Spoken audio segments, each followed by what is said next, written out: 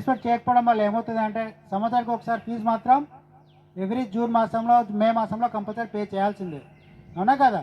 చేస్తేనే club fee కట్టేది. Club fee కట్టకపోతే ఏమవుతుంది? క్లబ్ ఉండదు. క్లబ్ ఉండకపోతే మనందరం కలవము. అంతేనే కదా? కాబట్టి క్లబ్ ఫీజు కట్టడం ఒకటే కాకుండా క్లబ్ ఫీజు కట్టడానికి మనం లైన్ మెంబర్ కాదండి, గుర్తుపెట్టుకోండి ఒకటి. క్లబ్ ఫీజు కట్టడానికి లైన్ మెంబర్ కాదు, సర్వీస్ చేయడానికి వచ్చినాం ఇక్కడ. క్లబ్ ఫీజు అనేది ఇంటర్నేషనల్ నామ్స్ ప్రకారంగా మనకు ఒక ఆర్గనైజేషన్ రన్ కావాలో కూడా మనం క్లబ్ ఫీజు కడుతున్నాం ఎంతో కొంత. దాంతోపాటుగా సర్వీసెస్ మనం అందించాలి, సర్వీసెస్లో పార్టిసిపేట్ చేయాలి. సర్వీసెస్ కూడా మనం ఇక్కడ చూసుకున్నట్లయితే మనం ఒక్కరం చేయాల్సిన అవసరం లేదు. సర్వీస్ ఇక్కడ అందరం కలిసి చేయొచ్చు. మనం ఇక్కడ ఇప్పుడు ఒక 10,000 రూపాయలు అవసరం ఉన్న ఖర్చు ఉన్నది అనుకోండి, ఇక్కడ ఒక్కరేమి పెట్టుకుంటే ఎంత కష్టం అవుతుంది. అలాగే యాజ్ అ క్లబ్ మెంబర్స్కి అందరం కలిసి పెట్టుకుంటే ఎంత ఈజీ ఉంటుంది. అవునా కదా?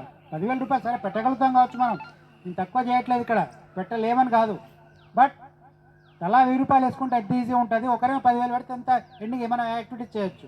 అలాగే ఇందాక చెప్పుకున్నట్టుగా మనకు ఒక మంచి వరప్రదాయం, మనకు ఒక మంచి ప్రాజెక్ట్ను మనకు Bellampalli eye hospital, Bellampalli I హాస్పిటల్లో ఒక్కరికి మనం బెల్లంపల్లి హాస్పిటల్లో కాకుండా వేరే బయట ఒక డాక్టర్ దగ్గర, ప్రైవేట్ డాక్టర్ దగ్గర ఒక్కరికి ఐ సర్జరీ చేయించాలంటే ఎంత కాస్ట్ అవుతుంది చెప్పండి ఒకసారి నాకు.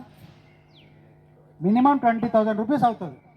మినిమం 20,000 రూపీస్ అయినప్పుడు మనం ఆ 20,000 రూపీస్ లేకుండా, 1 రూపాయి ఖర్చు లేకుండా మనం ఐ హాస్పిటల్లో మనం సర్జరీ చేయించవచ్చు. మనకు తెలిసిన వాళ్ళకు